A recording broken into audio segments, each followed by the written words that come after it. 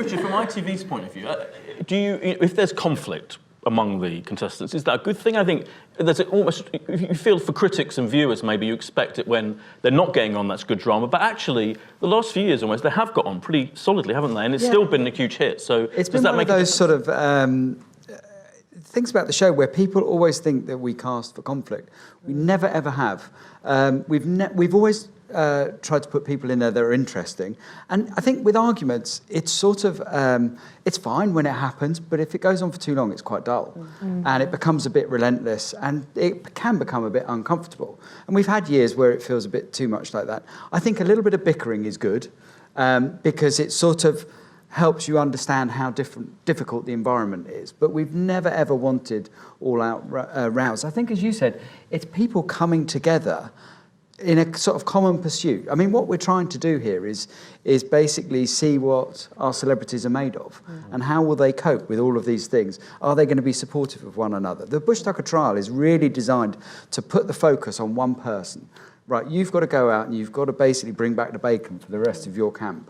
Are you going to do it? And, you know, and that's a very sort of basic human need. Can I feed my fellow campmates?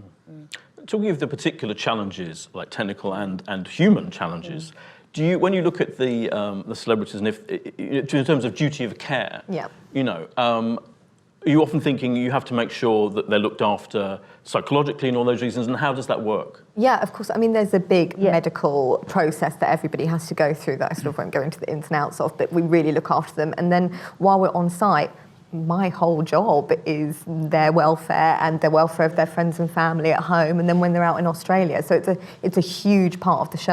And, you know, we have a medical team that are there with us 24 hours a day. We have our psychiatrist that's there with us, and it's a huge part of the show. Health and safety, because you're getting into very dangerous stuff, aren't you? I mean, it looks, I mean, you know, the health and safety issues, I'm always thinking, you know, that's... We have a myriad of risk assessments pertaining to everything, shall we say. Okay. How much do we need to boil a particular insect? You know, so, yeah, it is all methodically. I mean, my risk assessments that come through the inbox are quite amazing. They kind of could keep you up at night, but, yeah, it's sort of... We work through it all and look at how we will mitigate the risk. And as Mickey said, you know, the medical process that we go through, everyone has an idea. For example, a trial may involve claustrophobia. Will that have an impact? It may involve, you know, skydiving or swimming or scuba diving. So, yeah, it's all... You know, there shouldn't be any surprises like that. Right, but are there ever surprises? Are there surprises in terms of the celebrities, once they're there, turn out to be completely different to how you expect them to be? I don't think they often do. I think often they can do things that surprise you. I mean, for example, Amir and Strawberry Gate is like the first thing that sort of comes to mind. But so that was surprising. But no, I don't think so. I think, you know, myself and my team spend a lot of time with everybody and talking to everyone. So I think we have a good sense of what people are like. For you guys, can you ever get used to being filmed 24/7? Do you forget that the cameras are there? Forget straight away. Straight away. You do. I mean, I'm not going to tell a fib. I've been doing it for 30 years. I know that there's cameras there, and it's a situation where you just have to let go because you have to put over an element of trust in the people making the program that they know what they're doing. Okay, you're there for a particular reason, which for me was I went in to entertain, to have fun, to challenge myself. So that was I'll tell you the people who were more nervous, and I'm sure you got this also, Fleur, my husband Scott and my family were more nervous than I was. And more so, because Scott just said, you know, he said, you just have to make sure you eat what's available. I'm like, why? He said, because you can get hangry. But you kind of don't, do you? You don't. No, you just get on with it. And you know, we were just seeing the clips as we were watching behind the door. When I ate that spider, I remember what it felt like and tasted like, but when I was doing it, you kind of just go to a different place. And it's like that basic instinct, I gotta get food, I gotta finish this, I don't wanna lose. That's it, right? And you basically immerse yourself in a bubble So the whole time you're there, initially, yes, when you first step in, you're like, oh my gosh, we're on the show, this is it, oh my God, we're And then like, the next morning you wake up and you're like, oh, this is how much we're eating. Yep. Oh my gosh, this is real. I'm in a hammock.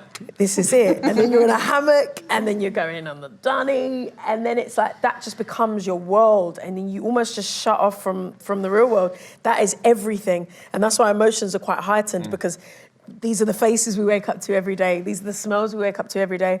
And that's why I think when we met our family in there, that's why the reactions were so raw, because it was like, oh my God, like, you're alive. There is a life outside of that. You know, it's like, and then it reminded us all why we were in there, and it reminded us that people were actually watching us, because you do forget, you completely forget. It's only when Dec and Holly would come in and they go, the public have been voting. You're like, oh my gosh, People are watching. Yeah, it's Right, so you weird. forgot. And I think we go, you know, having worked on lots of different shows where there are kind of hidden cameras, I think we are one of the best out there, because we have cameramen in hides in hidden fiberglass rocks. So the very first time I went and stood there and saw camp, I was like, where are the cameras? I literally can't see them. Yeah, So we go to such, we choose the cameras that will not make any noise, that won't make any, you know, we really, you know, we've got these poor riggers who literally will spend hours just cable tying the tiniest pinhole camera to a tree.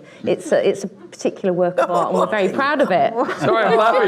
You can't hear the cameras, but you can hear the cameramen break wind. There was a couple of times because we would look at the camera and go, we heard that, and the camera just would sit still. We know they can hear us. We're like, we heard you.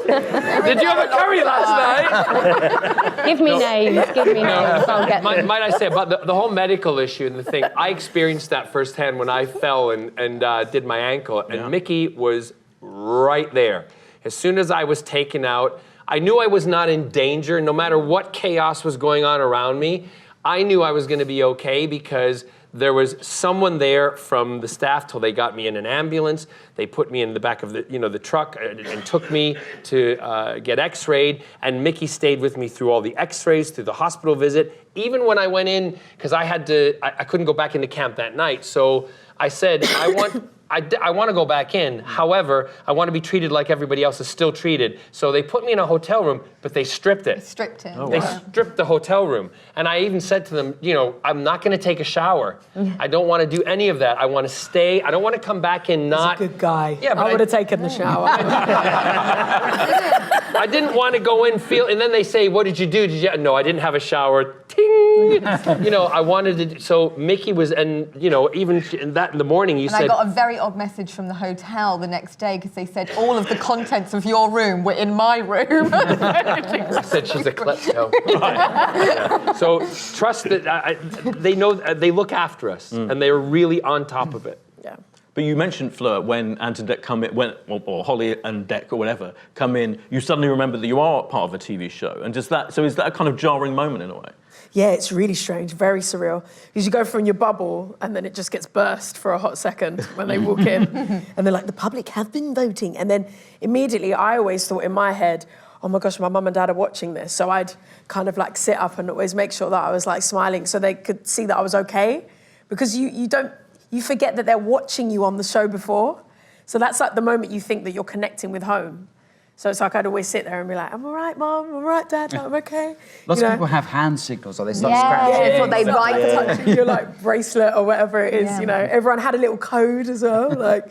But that's literally your portal into the real world when they step in, and it is very surreal. It's really hard to describe, but yeah, it's almost like you're just in this alternate universe when you're in there. And even when the camera guys sometimes have to go out there and do some like pre-trials or post-trial interviews, even, you know, watches aren't allowed to be seen. They're covered in black gaffer tape, you know, it is absolutely... I've got a really funny story about that, because we don't know the time of day when we're in there. We don't know what day it is. We don't know the date. We don't know anything that's going on. And one day, the voice came over, because, you know, the crew have to speak to us every now and then.